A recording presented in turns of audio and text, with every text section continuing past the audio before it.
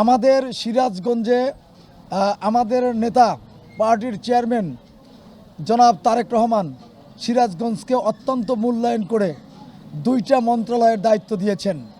আমাদের সিরাজগঞ্জের কৃতি সন্তান ইকবাল হাসান মাহমুদ টুকু ভাইকে বিদ্যুৎ, জ্বালানি এবং খনিজ সম্পদ মন্ত্রণালয়ের দায়িত্ব দিয়েছেন। পূর্ণাঙ্গ মন্ত্রী, এর আগে কখনো এই বিভাগের পূর্ণাঙ্গ মন্ত্রী ছিল না, এইবারই প্রথম। এবং আমাদের সিরাজগঞ্জে স্বাস্থ্যমন্ত্রী, ডাক্তার, টেলিযোগাযোগ মন্ত্রী এবং বিজ্ঞান ও প্রযুক্তি মন্ত্রী দিয়েছেন।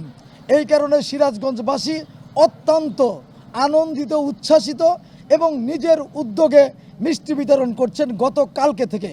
আজকেও কিন্তু দেখছেন এখানে মিষ্টি বিতরণ চলছে। ইনশাল্লাহ এই যে সিরাজগঞ্জের এত বড় একটা পাওয়া মন্ত্রী, 2টা মন্ত্রী, দীর্ঘদিন কিন্তু মন্ত্রিত্ব ছিল না সিরাজগঞ্জে, যার কারণে সিরাজগঞ্জের মানুষ বঞ্চিত ছিল। এখন মন্ত্রীর কাছে আমাদের যেটা প্রত্যাশা সেটা হলো আমরা সিরাজগঞ্জের উন্নয়ন চাই, মসজিদ মাদ্রাসার উন্নয়ন চাই, রাস্তাঘাটের উন্নয়ন চাই। সর্বোচ্চ উন্নয়ন যেটা সেটা হলো যে এই সিরাজগঞ্জকে শিল্পনগর হিসেবে দেখতে চাই এবং সন্ত্রাসমুক্ত সিরাজগঞ্জ চাই, চাঁদাবাজ মুক্ত সিরাজগঞ্জ চাই, আমরা দুর্নীতিমুক্ত সিরাজগঞ্জ চাই। এটা মন্ত্রীদের কাছে আমাদের সিরাজগঞ্জবাসীর প্রত্যাশা। আর একটা কথা বলা খুবই দরকার, সিরাজগঞ্জবাসী শুধু মিষ্টিই কিন্তু বিতরণ করছে না, মিষ্টি খাচ্ছে না।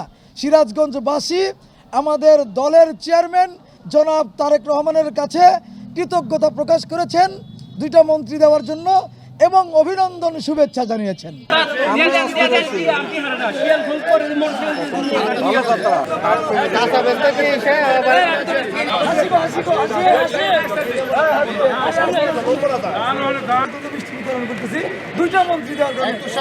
মন্ত্রী বানানোর জন্য আমরা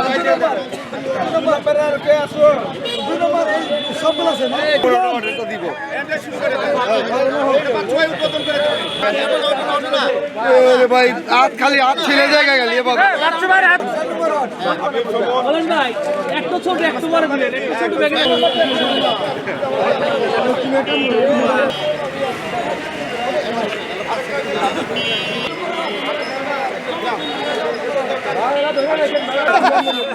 লজ্জা পাচ্ছে।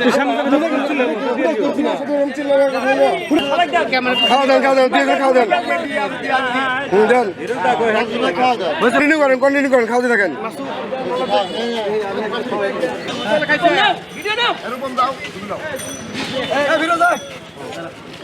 হ্যাঁ